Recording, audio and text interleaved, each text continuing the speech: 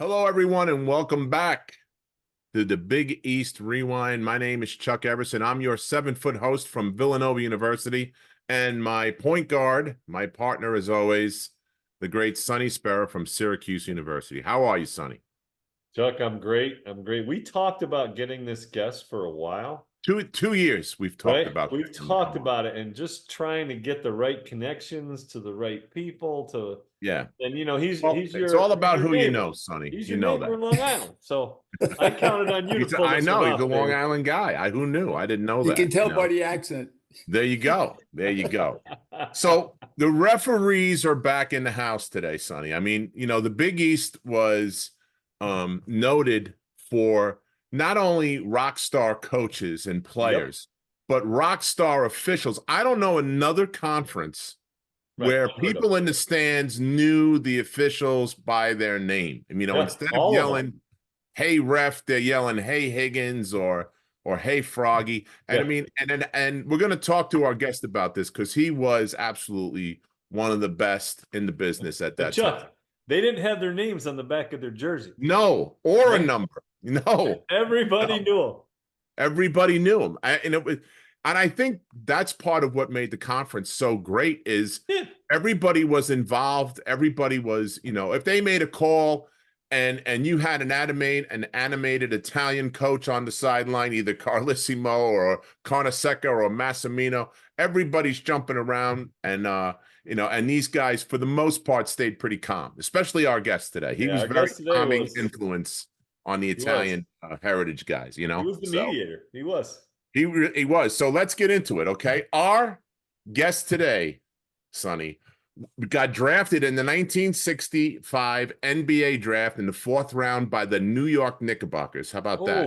You didn't know that. I didn't know it was the Knicks. And the same year, got drafted in the Major League Baseball draft by the Chicago White Sox. Oh, so wow. Big-time athlete. Big-time athlete. In fact, he's a New York City Basketball Hall of Famer, a Manhattan Jaspers Hall of Famer, a Brooklyn Basketball Hall of Famer, and the MACC Conference Honor Roll. All right. So that MAAC conference was a real good conference back then, too. He worked 4 Final Fours, 80, 83, 88, and 89 from Bishop Loughlin High School in Brooklyn, Sonny. One of the best referees in the game. Larry Lembo joins us today. How are you, Larry? I'm doing fine, guys. How are you guys doing? We're great. Good. Excited to talk to you. Good to see you. Great. It's good to see you guys too. Without a whistle in your mouth, because I got called with fouls from you guys from the minute I stepped on the floor. That was it. And Massimino used to tell me all the time, I put you in, you turn around and you whack a guy. What am I supposed to do with you every time I put you in? Every time I put you in, Everson, I could still hear his voice in my head, Larry. Yeah, Larry, we were going to have Gene Smith from Georgetown was going to co-host us, but we figured he'd foul out within 5 minutes. So, yeah. So, is it true that when Georgetown played anybody, especially Syracuse, probably would be, is it true that when you threw the ball up to start the game, every Georgetown player hit somebody, and you guys could only call 1, not 5? No, that's a myth. That is such a myth. We have a lot of fun with these guys, Larry. You wouldn't believe how nice these guys are from Georgetown. In all sincerity, I mean, everybody with John Thompson, because he was so big and he had that deep voice. He was a teddy bear. He really was. I mean, you could reason with him, you could talk to him, and his players. I mean, I went through the 3 big guys at Georgetown in my career refereeing, okay? Yep. And every one of them was a perfect gentleman. Yep. I mean, did we have our incidents? Absolutely. But so did every other team. Yeah, right. Okay? So, yeah. So I think, all that rap is just, it's not true. Okay. In my opinion. Well, you know what? We've gotten to know them better during the course of doing this, Larry. Yeah. And matter of fact, I had lunch yesterday with Dwayne McClain and Reggie Williams. Who thought that? Who thought that the 3 of us would break bread together? And it was a lot of fun. And those guys, we talked to a lot of those guys that played in the era that we played. And the Georgetown guys, I can't believe this is coming out of my mouth. They're some of the nicest guys Absolutely. in the whole conference. Absolutely. Totally So, agree. yep. You would have never thought that back in the 80s, though. Well, see, that's the thing. It's the hype. It's the this. It's the that. And it's just not true. It was an edge. It was meant to give them an edge, right? Well, that's the thing. You go in as the tough guy, and then with other teams not just as tough. I mean, I can remember some of the Pitt teams, some of the Syracuse teams. You know what I'm saying? Yeah. Even when Rick was at Providence, I mean, those kids didn't play soft. No. No, if you couldn't play in the league if you were going to play soft. That's exactly right. That's exactly right. So speaking of the league and playing ball, let's go back to when you were playing. Tell me about that Bishop Loughlin team, because I spoke to Mitch Bonaguro today. Yes, who was my assistant coach. He was the guy that recruited me, and it's his fault that I went to Villanova. Okay. So he said that 61 team was stacked with Coach Ralph Tedesco, right? Ralph was the coach, correct? Yes. Mitch As a matter of also fact, played. if I can just interrupt you for a second. Yeah. Ralph just got inducted a couple of years ago into the Brooklyn Hall of Fame. I think he's 91 years old. Wow. And is as lucid as the day is long. I hadn't seen him in 40, 50 years. Yeah. And he walked in, he looked at me, he said, "Larry, oh my God, it's so great to see you." Tremendous. That's and awesome. we just, we sat together at the dinner and had a great evening. Thank God he didn't put you on the baseline, make you run, huh? That's right. That's right. So Mitch said that team was stacked, in 61. And you guys won the city championship that year, right? Yes, we did. Yeah. So tell us about that team. Well, if you remember the guard that we had at Manhattan, Lenny Schnapphoff, he was my roommate at Manhattan for 4 years. He was a guard also on the Manhattan team. Artie Klink, who was, quote unquote, the team genius. I think he studied nuclear physics at Columbia. That was Sonny's role at Syracuse, Larry. I don't know if you know that. Was that right? Oh, yeah, that was his role. That was his role. Well, that's great. We had Alan Reese. We had Gene Parchinsky, Bill Fitzpatrick. As a matter of fact, just as an offside, my one of my grandsons just had a business transaction with somebody, and he said, "Larry, he's Larry the Third," and he said, "Larry, I'm really not ready for what you're offering." He said, "But I have to ask you a question. Is your father or your grandfather related to Larry Lembo, who was the ref and he played at Bishop Loughlin?" And he said, "Of course." He said, "Well, he played with my brother, Bill Fitzpatrick." So I have the picture of our championship team. I took a photo shot of it, sent it to my grandson, and he forwarded it to Bill's brother.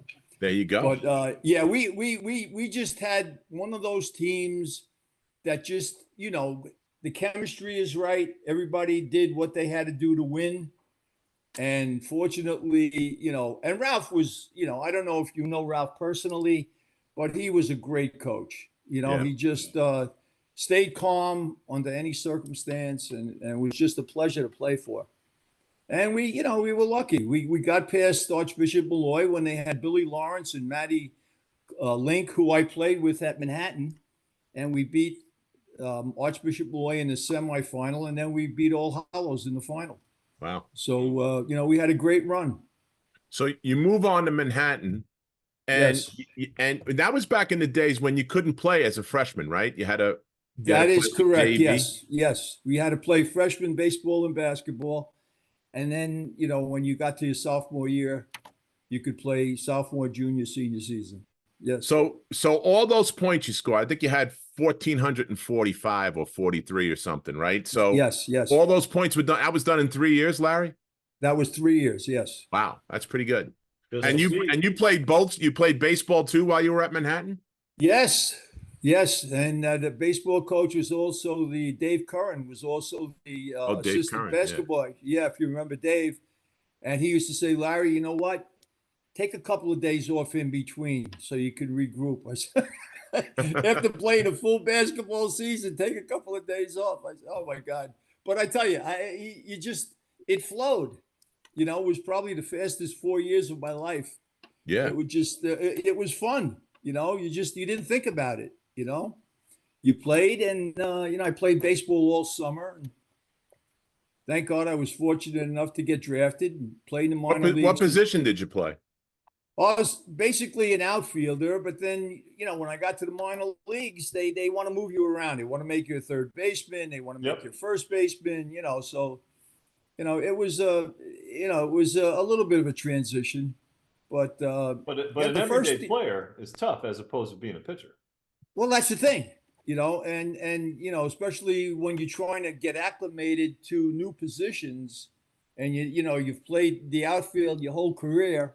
And then they want to move you to, you know, third base or first base or what have you. And then, of course, you know, when you get down to the minors, they start fiddling around with your stance. And, you know, I was never really a power hitter per se. I was a good contact hitter. And they wanted, you know, because you're 6'3" or 6'4", and, you know, they want to make you a power hitter, trying all these different things. I mean, it was great. I can't say, you know, I don't want to sound negative about it, but it was great the first year. We went back the second year, and you know, just my wife was having our first child, and I said, you know what, it's time to get into the real world. So that's to play two sports at a Division I level, right? That's really almost unheard of even today. Yeah.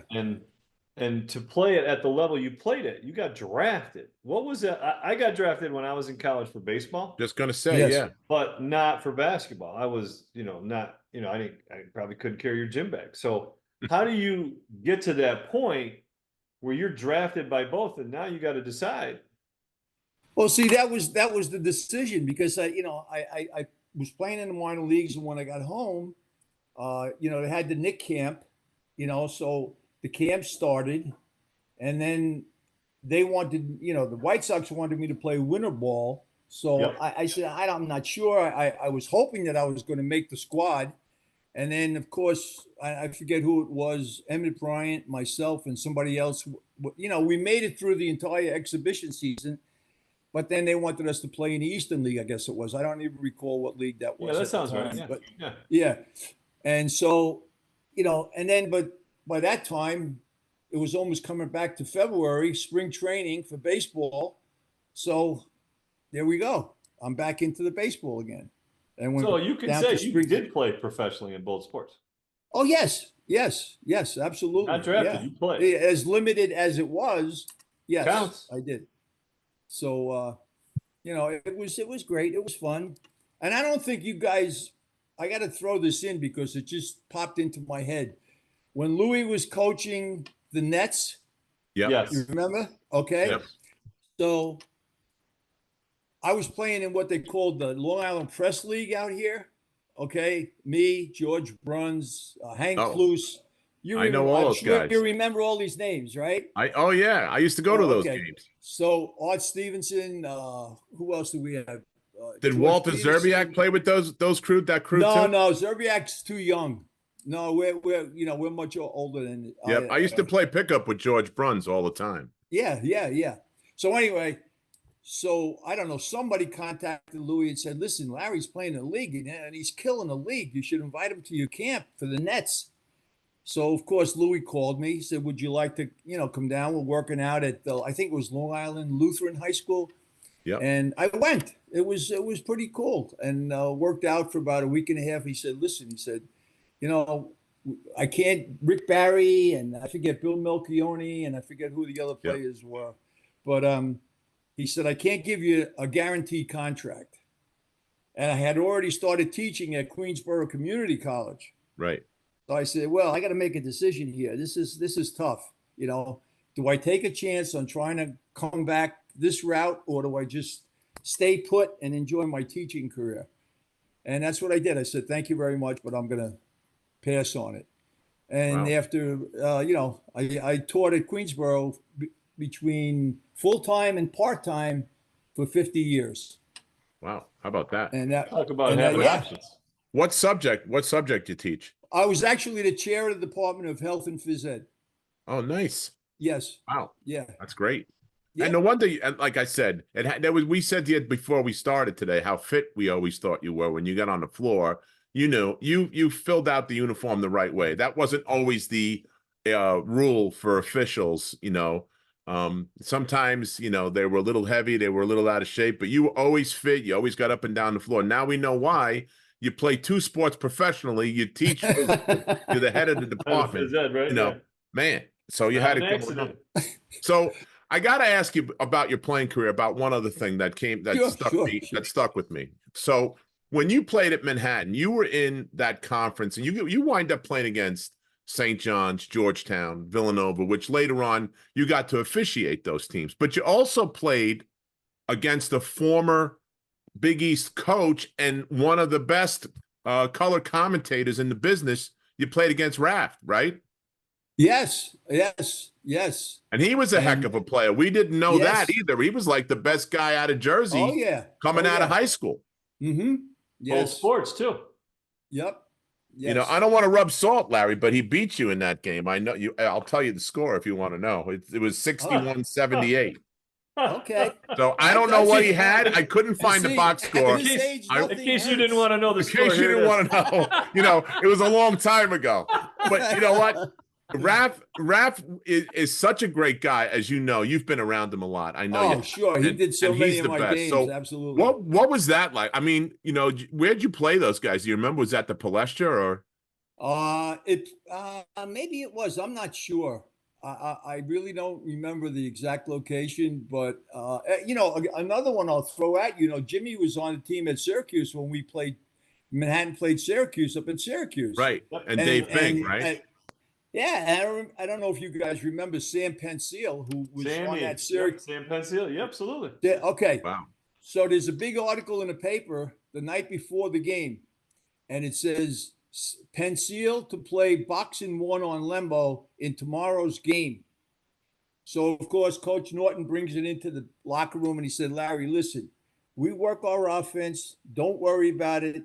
If they play their zone, we're just going to do our clock offense, doing exactly what we do. You'll get your shots. You'll do this. You'll do that. I say, okay, coach, no problem. Well, lo and behold, we're not 2 minutes into the game. I go up for a rebound, and Pensiel hits me with an elbow and knocks me into next week. I woke up in the trainer's room getting stitched up. Wow. So that was our experience at Syracuse. Yeah, but that was signs of things to come, Larry, in the Big East, right? Everybody gets stitched up. That was a prelude. That's right. Yeah. That wasn't a problem. Started, right? It's like playing with a bunch of hockey players, man, in the Big East. You know that. Sammy had the prescription, man. He had the prescription. Yeah. So, okay. So now how do you go from playing against all these teams? And, it's funny because we just named a half a dozen people that are either coaches or were prominently featured in the Big East. And now you're an official. So how did you get into that side of the business? And was there any kind of, it must have made it easier for you, I'm thinking, because as I told you, I was an official for a little bit. When you see people that and you're comfortable with, it had to make things a little easier for you, especially when things got heated, right? I totally agree with you. I kind of moved up quickly. Yeah. But with that, you also have to realize, and since you've had the experience, once you get on the floor, if you can't handle it, you won't be there that long. No, that's true. Okay. That's true. Yeah, I would agree with the first part of what you said, but given the opportunity, you better do what you're supposed to be doing. Otherwise, you're not going to be doing it too long. Now, Go ahead. Sorry, go ahead. Go ahead, Larry. I'm sorry. Oh no, yeah, no, I'm just that was it was what you would say a pretty quick rise in terms of, I think I worked high school games maybe 1 or 2 years, and then I was doing Division III. I did, I think, Division III 1 year, and then boom, I was working Division I games. Wow. The first year that I think it was when did I have the championship game? In 89? No, in 80. 83, right? Okay. 80 and well, 83. I had 80. I had the Final Four, 80, 83, 89 and 88.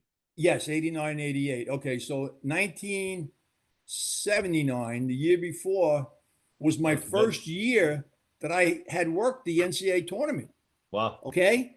And then the second year, I'm working the final. So, very, very full. I mean, and, when these things are happening, you don't even realize it. You just say, okay, they give me a call, I'll go work another game. And it just keeps going, I mean, working, I think it was 20 or 21 seasons of NCAA basketball games. I mean, that's a whole season of games. But if you look at it, it's almost a no-brainer, Larry. I mean, your pedigree walking onto refereeing from your playing days, multiple sports, but you're playing at high levels. Kind of seems like it's just a natural natural progression, but you also got to perform, right? Like you said, one year in the NCAAs, next year you're Final Four. I bet you there's maybe a handful of guys that can say that. Right. Some of the coaches would actually, like Bobby Knight used to say to me all the time. He said to me, "You know why you're such a good official?" He says, "Because you played and you feel the game." Those were his exact words.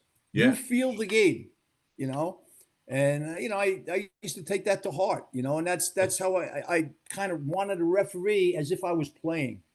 But that's why you got his respect, because you were a player. Yeah. Right. Yeah. Yes. Oh, I think so. I got along great with Bobby. I mean, he was, So the transition, though, right? Like we were just talking about. How did you get the bug to referee? Like, how did you say this will scratch this itch? Was it competitiveness? Because you're a competitor. It was sheer chance. Okay. Really? I don't know if you guys remember John Nicotola. He was an excellent official. Okay. He lived next door to my dad's brother in Bayside, and we were at a party one day, and John, I had just gotten married, and they knew I was playing minor league baseball, and I had just left the Knicks and blah blah blah. And he said, "Larry," he said, "if you ever want to think about something," he said, "you should get into officiating."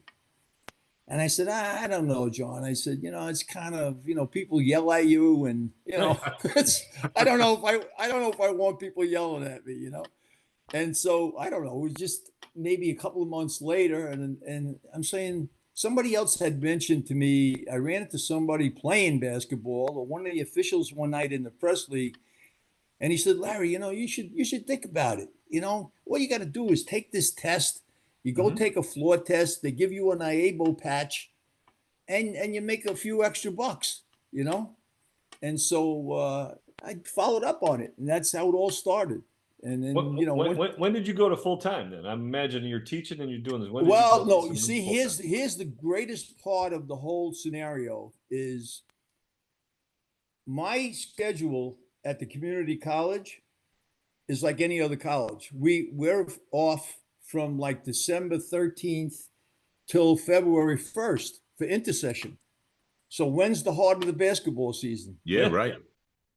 Okay. So I mean that fit so perfectly into being an official. It's like when I don't know if you guys want me to go off track here, but they had asked me to go in the NBA. Okay. To officiate the NBA? And, excuse me? To officiate? The NBA did. Yeah, the NBA did to officiate. Okay. So they contacted me, and I got a call from, you guys probably remember Mike T. Tomaso? Yeah. You remember Mike? Okay. Mike was a great official, and he's an attorney. So he calls me and he says, "Larry, listen, I know they contacted you." He said, "I want to be your representative. I'm not asking for anything, pro bono's kind of situation, but I want you to go on the right track with this." I said, "Oh, Mike, it's terrific. I appreciate your help and everything." We had lunch with the NBA rep. A week later, we go back. Mike got a contract in hand, and he's reading all these things off. Now, Larry's not going to leave his job. He's not going to be full-time, and you got to do this and that and the other thing, and you got to make a little compensation. And it sounded real good. So long story short, he said, "Okay, what's the salary?" Well, he said, "According to NBA rules, you can't come in higher than our lowest guy." And I said, "Well, what's that?" I was making more as a college official than the lowest guy in the NBA at the time. Wow. So I said, yeah. I said, well, I'm going to pass on that also. So that was the Yeah. NBA story. Yep. Wow. That's great. That's Yeah. great. So now talk about your relationship with Mickey Crowley and how he influenced you and Mickey, I can't say enough about Mickey. Mickey was one of a kind. There must be, right off the top of my head, 45 Mickey Crowley stories. I mean, and he was just an official's official. Like if the old saying, if you were in the trenches, who would you want in the trench with you? Yeah. It would be Mickey. yeah. Seriously, it would Great. be Mickey. I mean, he had a disposition that was just perfect for officiating. I was kind of, I wouldn't say, I wanted to be, like amicable and sometimes, you got to get a little more firm. He would always go the opposite direction and still get the same result, and he just had that knack. Okay. I remember one night up in Providence, working the Georgetown game, and it was like right before the half ended, and kid from Providence takes a shot, and it's clearly going to be 25 feet short, and Patrick takes it out of the air. Okay, just scoops it out, and I said, okay, that'll lend a half. And Mickey calls goaltending. Okay. And I'm just waiting and I'm saying, oh my God, John's going to be running on the court. We're going to have a technical foul before the half. And this is going to happen and that's going to happen. And Mickey puts on his sad face and he walks over to John. And John said, Mickey, you knew you blew the call. I know you blew the call. He pats him on the head and says, have a good second half, and walks off the floor. Wow. Yep.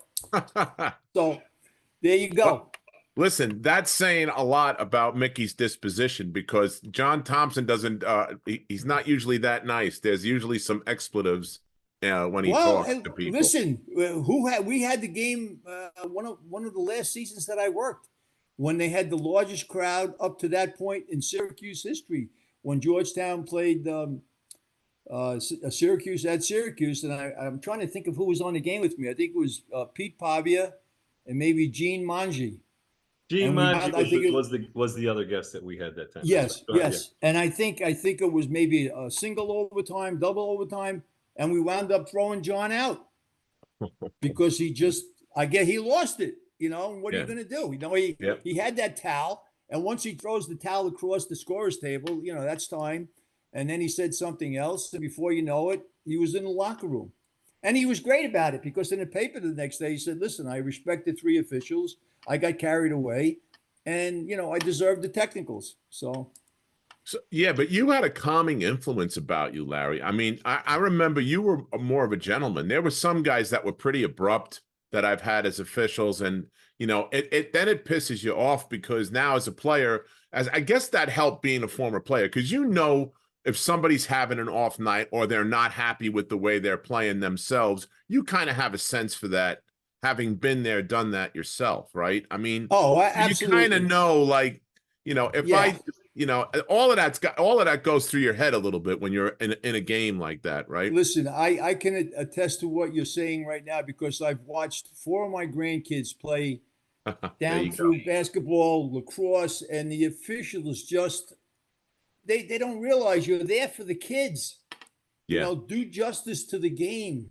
You're supposed to be there just to regulate the game, not to involve yourself in the game. Right.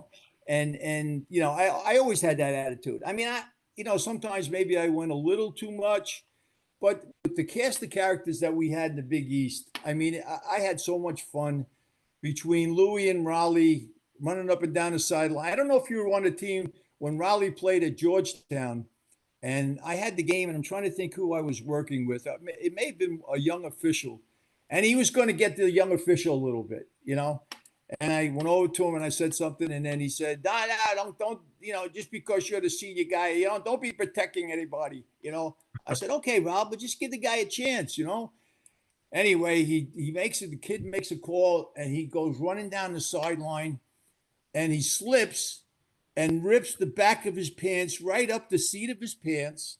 And I went over there intentionally and looked at him and said, he said, "Don't you come over here now to talk to me. I just ripped my whole 2000 Armani suit." You know, I started laughing. I said, "Coach, sit down and relax a little bit. Yeah. We'll have Karma's your a suit bitch. sewn up for you." Karma's a bitch, Roy. Yep. Yep. No, I wasn't there for that one, but I did hear that story numerous times in his backyard. And later years, we've had a lot of laughs with him over the years for sure. He was a great guy. How does it work? You were kind of like one of the main guys in our conference. Do you get assigned to conference? Is that how it works? And we saw Jody a lot. We saw you. We saw Timmy. We saw Froggy. Right.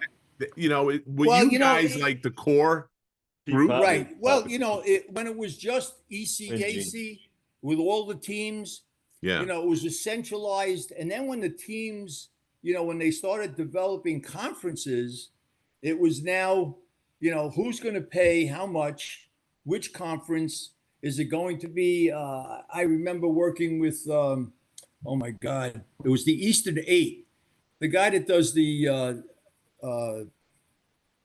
Sterator.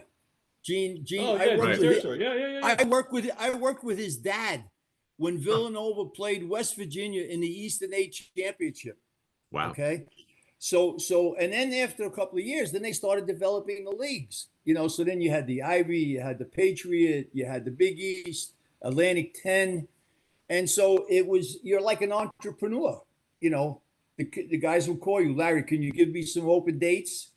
So who was going to be a main conference? Of course, the Big East was my main conference at the time. Right. And then, Art Highland was the supervisor of officials. They would fill you in, and then you say, "Okay, the rest of the dates, now I can go to Atlantic 10. I can go to the Patriot. I can go to the Ivy," and say, "Okay, I have a few dates, and if you can fill them in, that'd be great." So that's basically how it worked out. It was just getting to know the schedulers for each conference is what you're saying. Well, right? that's the thing. It was up to the assigner, whoever the supervisor of officials was in a particular conference. And then, and I don't know how it is now, but, we were basically, I guess, one year, if I recall correctly, I think we had 5 what you call referees. You have referees, you have umpire 1, umpire 2. So the referees were Mickey Crowley, myself, Jody Sylvester, and I forget, maybe Pete Pavia. Okay. And then, they would get the 4 main guys or 5 main guys and then fill in with the other officials that they brought into the league. And that's how it worked, basically. Yeah. Okay. I gotta get some Syracuse stuff now. Yeah. Yeah, sure. I need some stuff. I need you to tell me a few Syracuse tales other than Sam Pensio popping you. Let's get some of your experiences with Coach Boeheim. Well, I have to say this, and this is not my definition of Jimmy, but this was a definition of Jimmy with the officials. He's like a toothache. The pain is there, but it won't get chronic. You're talking to a dentist, right? You're talking to a dentist, right? Well, I figured I figured I had to throw that in. That's not an accident. Okay. So, but that's Jimmy. I mean, I loved him, honestly. I mean, I could talk like this now because I'm not officiating anymore. I mean, I got along with Jimmy over the years. We had our ups and downs. Did I call technicals on him? Yes, because one night I think I was up at Hartford against Connecticut, and he was in his he would pick a word. So this particular night, his word was BS. Okay. Yep. And I just knew it. I said, I don't know what it is, but he's just looking for a technical. So after the 3rd or 4th BS, I walked over and I said, "Jim, one more BS and I have to give you a technical foul." And he said, "Oh, that's BS." That's BS. Yes. I know he said it right there. And that's so there you go. I mean, but I do remember one incident. This was when they had Washington, Pro Washington. Okay. And I forget who they were playing. And it was at the end of the game. And I forget, we had an out of bounds play. So Syracuse had the ball under their own basket. Okay. And they're putting the ball in. And I think they were down a point or something. So anyway, I go over to Jim and I say, Jim, listen, make sure you tell Pearl when he throws the ball in, he cannot move because it's not after a basket that you call the timeout. It's after a violation. He said, no problem. It's all taken care of. I said, okay. I give Pearl the ball and he runs along the baseline. And I had to call a violation. They lost possession. Man. Yeah. So Wow. Thank God I said something to him. So let's stick with Pearl and Syracuse for a second. You were one of the 3 officials in the big 84 championship game at the Garden for the Big East. My God, Georgetown. Yes. Georgetown. Andre Hawkins. Yep, it was you and Michael Jody Graham. and Froggy. Right? Froggy. Now, Yep. just so you know, Larry, Sonny and I are peace brokers. I don't know if you know that. We've broken peace between Andre Hawkins and Big Mike Graham. They're buddies now. Believe it or not, they're born on the exact same day. They could be twins. Oh, my God. And we had them both on, and Mike apologized on the air to Andre. How about that? That is super. So really talk about that incident and your perspective of that. Well, you know, we knew it was going to be, you know, in the pregame. You have a pregame with the other 2 officials, and in the pregame, I said to the guys, I said, listen, you know they're going to go after each other, so everybody just be on the alert, extra alert, okay? And sure enough, there's a little push under the basket, and I forget exactly what happened. And I don't know, I think Pearl may have pushed Patrick, and then Patrick turned around and swung. Oh, that's the other one. And, yeah.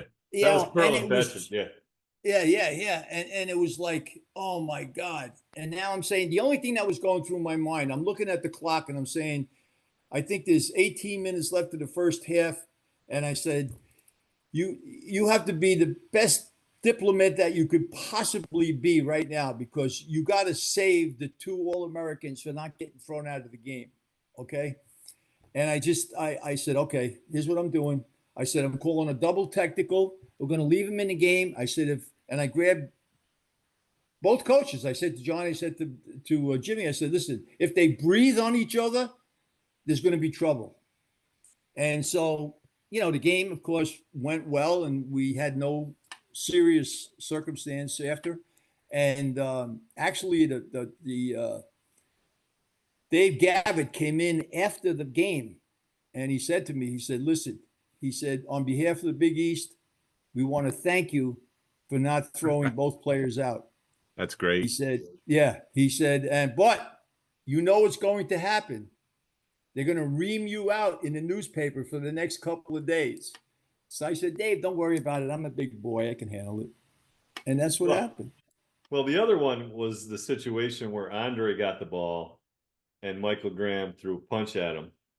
Oh, with Froggy. And yes. That was I on that game? Yeah. You, Jody, and Froggy. Oh, I remember now. Yes. Okay. Yes. Well, I'm glad you remember, because Coach Boeheim knows it vividly. He described it vividly. Yeah.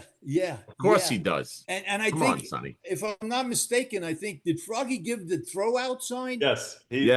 Thumbs. Yeah. And I think that's why we were in so much trouble for not throwing him out. Yeah. Yes. Now I do recall that. Oh my God, that was a nightmare. Those games at the Garden, how difficult were they in the Big East tournament to officiate those games? It was a madhouse. The whole place was electric. Even outside the Garden was a buzz when the Final Four weekend came on for the Big East title. Yeah. It was, look, it's like, you can't really describe it. It's like, look, 11 years in a row, I worked the Cincinnati Xavier game. Oh boy. When Bobby Huggins and Skip Prosser were both coaching.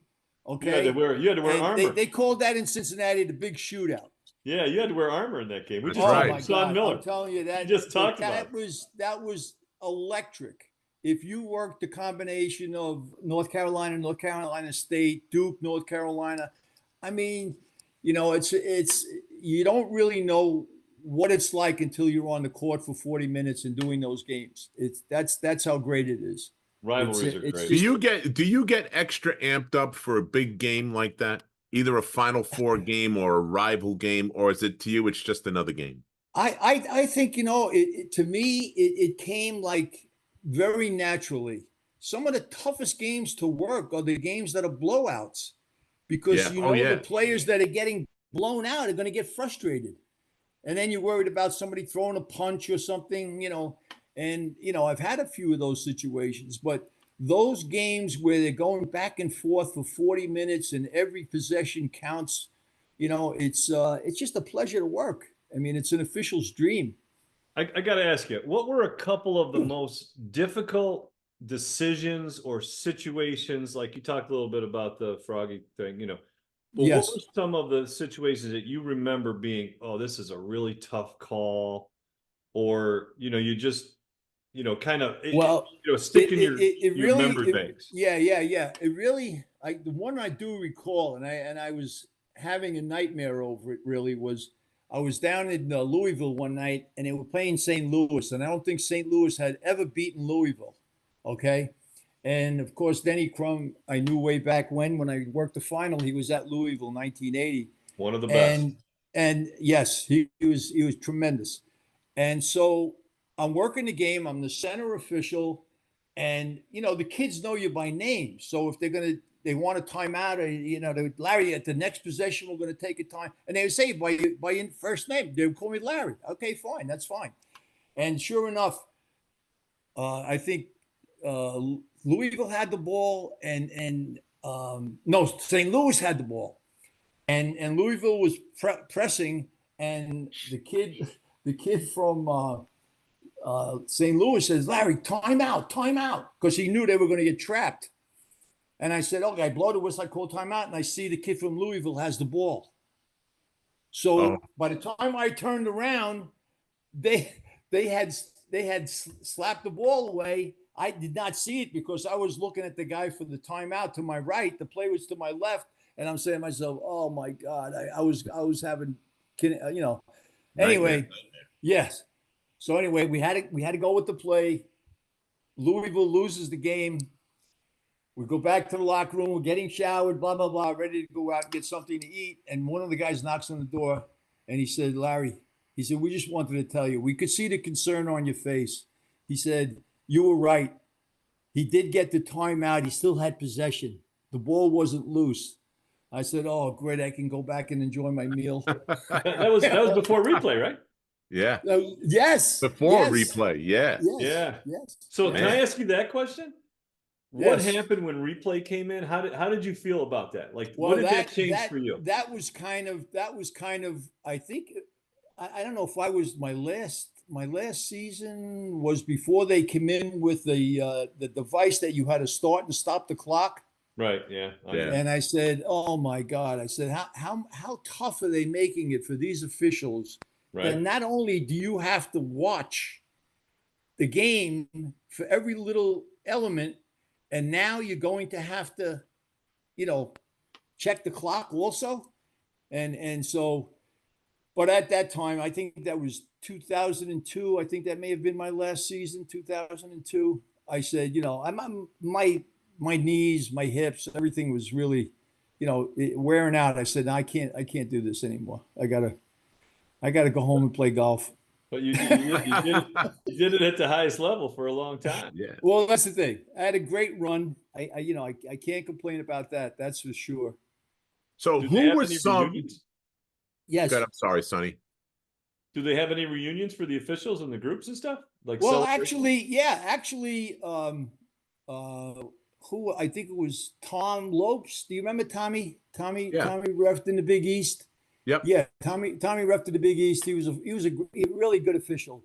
And what they did was the what was it called? The College Basketball's CBOA, College Basketball's Officials Association, had a get together for all the guys who from the metropolitan area worked the Final Four, and they had a golf weekend in Atlantic City, and it was great. It was really one of the last times that I was able to see the guys, and of course we laughed for the entire weekend, and the stories get better with each year, so Yeah, right.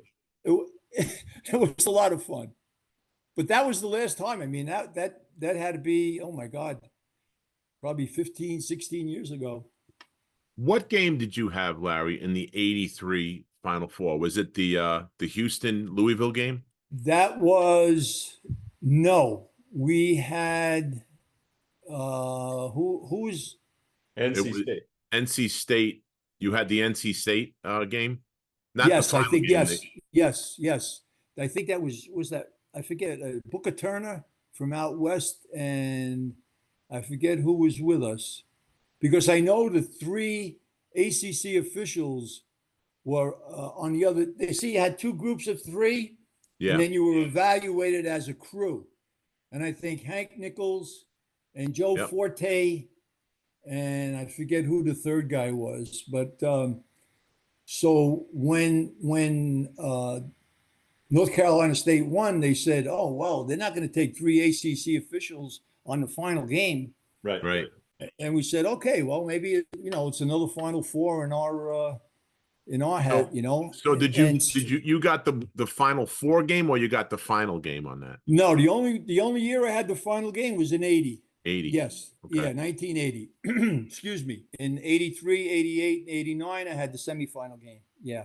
Okay. Well, Mickey had that 89 game with Michigan and Seton Hall. That was unbelievable, that game. Yes, when That they had was that controversial call. Oh, rough ending. Oh, Yes. Yeah. Yes. Yeah, that was crazy. So that was tough. Yeah. Who were some of the guys in the Big East particularly that would come up and do the most chattering? I know they're all point guards, because that's what they do. Sonny, you could say yes or no. I know. The big guys don't come over and talk to you unless you're Patrick or somebody, maybe. Yeah. But who were some of the guys that were chatty, and what was some of the things that was said to you from these guys in the middle of the game? I tell you the truth, I don't really recall any one of the guards, or for that matter, like the designated captain, like you always say, it says in the rule book, the designated captain is allowed to come over and speak to the official on behalf of the coach and the players.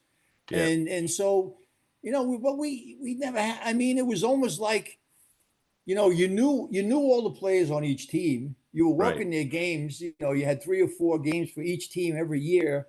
So and that's one of the reasons it was so tough to referee at St. John's for me, because I taught at Greensboro, which was right down the street. Down the block. Yeah, right. Yeah. And so people knew me, and you walk out on the floor and they're chanting your name, and it's visiting coach would say, "You live here? Do you live here?" I got a great question to ask you. Yeah, sure. Now, as a player, right, and now you're an official, did you ever get caught up in just watching a player, like a Pearl Washington who was captivating? Did you ever just, like, in the moment, just stop and Yes. Holy Christmas. Yes, I could give you maybe 10 or 12 examples of that. I mean, give us some names, because there's so many. I'll give you one, and this is the one that I would speak about when I used to speak at these camps. And Michael Jordan was playing at Maryland, okay? And I was the center official. So now the lead official's on one side, the trail's on the other, in the center. So I'm following the play all the way up the floor. And Michael gets a pass over his shoulder, and I know he's going to do his Jordan fly. So, and I'm saying to myself, if the kid from Maryland tries to take a charge, this is going to look like a MASH event, okay? And sure enough, Michael takes off, and the kid changes his mind, and he steps out of the way, and Michael just hangs in the air and does one of his incredible dunks. And boom, I'm saying to myself, oh my God, that was so nice to see. It was so nice to watch. But that's just one of them. But you can't. I mean, Pearl was such a great player. the way he used to handle the ball. I mean, and then, a lot of coaches would say, now, Larry, listen, make sure he doesn't carry the ball. Make sure he doesn't carry the ball. But, those kids could just, I don't know if you guys ever saw that documentary about New York guards. The point guards, yeah. Point guards. Oh, my God. Oh, my God. He also I've watched it twice already. Yeah, it's great. Such a smile on his face, though. He was entertaining. Yes. That was the best part. That's hard to find. Absolutely. He's one of the guys that I was talking. He'd walk over to Massimino and put his arm around him and start talking to him on a foul shot and stuff. I knew where you were going. Yeah, and Gary McLean was another guy. He would walk up to an official, put his arm around like he's going to schmooze you into getting calls for us, which never worked. That was his mentality, though. Anything to win. So talk about this, Larry. What are your top 5 favorite games that you officiated in that maybe were memorable games? Because you were a part of a lot of big games, man. I mean, yeah, I don't know really if I could pick out one game. I mean, because every Big East final was just with the crowd and the excitement and the teams, the players, the coaches. You couldn't. I do remember one in an NCAA tournament. I think it was what was it? When Paul Westhead, was he out in California somewhere? Was that St. Mary's? Or? Yeah, Paul Westhead was out. He wasn't Loyola, right? He wasn't Loyola Marymount. Loyola Marymount. Oh, yeah. Okay.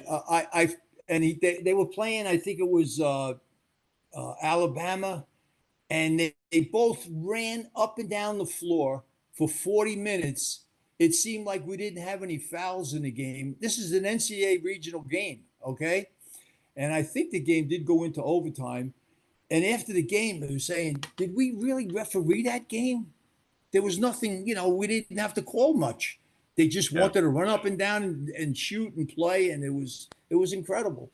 But, any of the big games in any of the conference, I mean, you got some games in some of the MAC conference championships that we worked when Mitch was coaching, okay? Yeah. And those games were not easy. No. And we had Mickey Crowley, myself, and Jack Hannon from Boston area. And, those games were great. I mean, Atlantic 10 games, were great, so it was just many, many games that I would say would go into that category. So we're going to play a little game here, okay, Larry? I'm going to name a coach in the Big East. You tell me your best story that you can share with us, all right? Sure. We had Coach Carnesecca on. We had Louis on. We actually went to his house, Larry, and sat down in the kitchen like a good, strong Italian family. You know about that. I know you do. Right? In the kitchen. Absolutely. Company in the dining room, friends and family in the kitchen, right? And we sat down with Coach, and we had the best time talking to him. In fact, we've gone to lunch with him since just to hang out with him and have fun. So start with Louis. Give me some good Louis stuff. Well, Louis was in a class by himself. You know how he used to run from one side to the other, and you have to. And I can't say some of the stuff that he said, because it's. Oh, he told us some of the stuff he said. Believe me. Oh, he did. Okay, so I don't have to repeat. I don't have to repeat it. Okay, no, I'm glad. I'm glad I don't have to repeat it. But the best one was when Frankie Alasia was playing at St. John's. Yep. And they were in a tough game, and there was a timeout, and Louis got in a huddle, and he said, "Guys, listen, Frankie, we're going to do this double screen on the right side. If we don't get that, go to option 2, where the other kid cuts across, and then we have that little backdoor play going baseline." And Frankie looked at him and said, "Coach, the other team has the ball." Yeah. I tell you what, he's sharp now, man. I know. But that was just the best. I tell you what, he named his whole starting 5 of the first game he ever coached against Jim Valvano's dad, Rocco. It was unbelievable. Yeah. Yes. Okay. Next. Well, listen. You mentioned Jimmy Valvano. Yes. I have to tell you Jimmy Valvano story. Okay. I don't know if you guys ever heard this one. Okay. So we're doing a game, and Jimmy doesn't like a call. So he calls the official over, and I'm standing behind the guy because I need said maybe I have to intercede or something. And he said, Jimmy said, I really don't like that call. He said, that really is not a very good basketball call. And the guy goes, well, coach, that's how I saw it and everything. Oh, he said, Jesus. He said, that's a bad call. And so this went on for a few seconds, and he said, calls the guy back, and he said, listen, he said, if I called you a son of a bitch, he said, what would you do? He said, coach, don't get into that. He said, I'd have to call a technical foul. So Jimmy said, well, he said, suppose I was thinking that you're a son of a bitch. They said, well, coach, I can't call a technical for what you're thinking. He said, well, I think you're a son of a bitch. Yeah, and walked he away. was something else, man. Jimmy V was the best. Yeah, he was great. Classic. How about PJ? Oh, PJ was he was terrific. He was a great coach. Just you could work with him. They did a survey once. How many calls officials miss during a game? Okay, and so they came out with if you 3 guys are working a game, they each might miss 2 calls a game, and it's not necessarily for the same team. Blah blah blah blah blah. And this was in the New York Times. You could probably look it up and find it. Anyway, long story short, the guy calls me and says, Larry, you have a comment? And I said, Artie Highland said to me, Larry, be careful what you say. He said, you don't want to make any derogatory comments. I said, okay. I said, but, in the article, it did say, coaches are going to miss 1 or 2 games. Referees are going to miss 1 or 2 games apiece. I said, okay, fine. So sure enough, I have Seton Hall. The next night, first call, charge block. PJ thinks it's a block. I called the charge. So I said, Coach, he says, yeah, he said, I read that article. You have 1 left. I knew. And he walked walked away. And he walked away. But that's, that was how they were. They weren't, people sitting on the sideline thought it was all, we used to have fun. We really did. We enjoyed ourselves with the coaches, Okay. You let them do their thing and let us do our thing, How about Jim Calhoun? UConn. Jimmy was okay. Jimmy could get a little ornery once in a while. But I never had, I don't think I've ever called a technical on Jimmy. I never had a problem at all with Jim. I'm amazed at that, to be honest with you, Larry, because just trying to get him on the show, he dropped 47 F-bombs on me, when we were just talking. Oh, is that right? And I go, oh my God. I asked him, do I have to get on the line, Coach? You need me to get on the line now? I screwed up. I was wow. I can tell you one that just popped into my head. It was one year. Pittsburgh was playing at Georgetown, and Paul Evans. I think Paul was coaching there. Yeah, I was just going to ask you about him next. Yeah, go ahead. Yes. Yeah. Okay. All right. So sure enough, it's the first Big East game of the year, and I forget who I was working with, but anyway, I know. Paul, kid makes a call, and Paul doesn't like the call, and he's getting all blah, blah, blah, blah, blah, blah, blah. I said, Paul, you can't do that. He said, Larry, he says, come on. I said, just, to get a whole game left. Let's see what happens. Let the game flow, okay? Well, sure enough, the very next play, boom, now I got to call a technical foul. And then he said something to the other officials, so the guy couldn't not hit him with a technical foul. And at that time, it was 3 and out. Okay. So now he's got 2. We're not 2 minutes into the game. First Big East game of the season. Okay. 30 seconds later, sure enough, something happens. I said, okay, good night, Paul. And that was it. So he had 3 T's and gone. Right in the beginning of the game. So Coach B is a choir boy then, huh? Who's that? Coach Boeheim's a choir boy compared to that. Yeah. Well, that's what I said. Jimmy never pushed, he never pushed over the line. And when he did, he knew. He pushed the boundary, and then yes, exactly. It's funny. When back then with all those guys that we just named, it's really amazing, because anytime anything went on, the camera went right to those guys, They did. And Sure. it really did. And it TV made the time. game, it was so charismatic. I think that helped the conference in a lot of ways, especially at the beginning of the conference. It was Oh, between all the absolutely. players that we had in that league, and now and then you guys and the coaches, forget it. We had, and then you got to do, like, okay, so we had an 84 Georgetown wins with the conference started in 79, 80, right? So Yes. we had Georgetown in 84, we won in 85. You had Right. Syracuse was in the 87 final.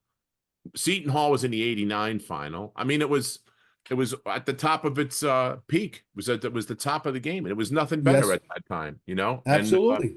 it was great that we were all part of it, Larry. So Absolutely. I got to be honest with you. You were one of the better ones. I'm not saying that because you're on the show. Thank you. I'm just telling you for real. Everybody Thanks. had a lot of respect for you because of how you treated everybody on the floor that was playing.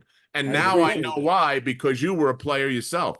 So we appreciate you. We thank you for coming out and joining us. We had a great pleasure, time guys. talking to you, man. I Really, enjoyed really it good. tremendously. Thanks Thank so you much. Hang out for a Okay. minute. We'll wrap this up and we'll finish up with you. Okay, fine. So first of all, before we wrap up, I just want to say thank you to my good pal Greg Wilds for setting this up. Greg's a Long Island basketball legend from Farmingdale and went on to play at Harvard. So thank you, Greg, for setting this up. This was really a lot of fun for Sonny and I. And the Big East Rewind was produced and directed by Nick Chico Chorus and Daryl Gurney. Check us out on all things social media by putting Big East Rewind in the space bar.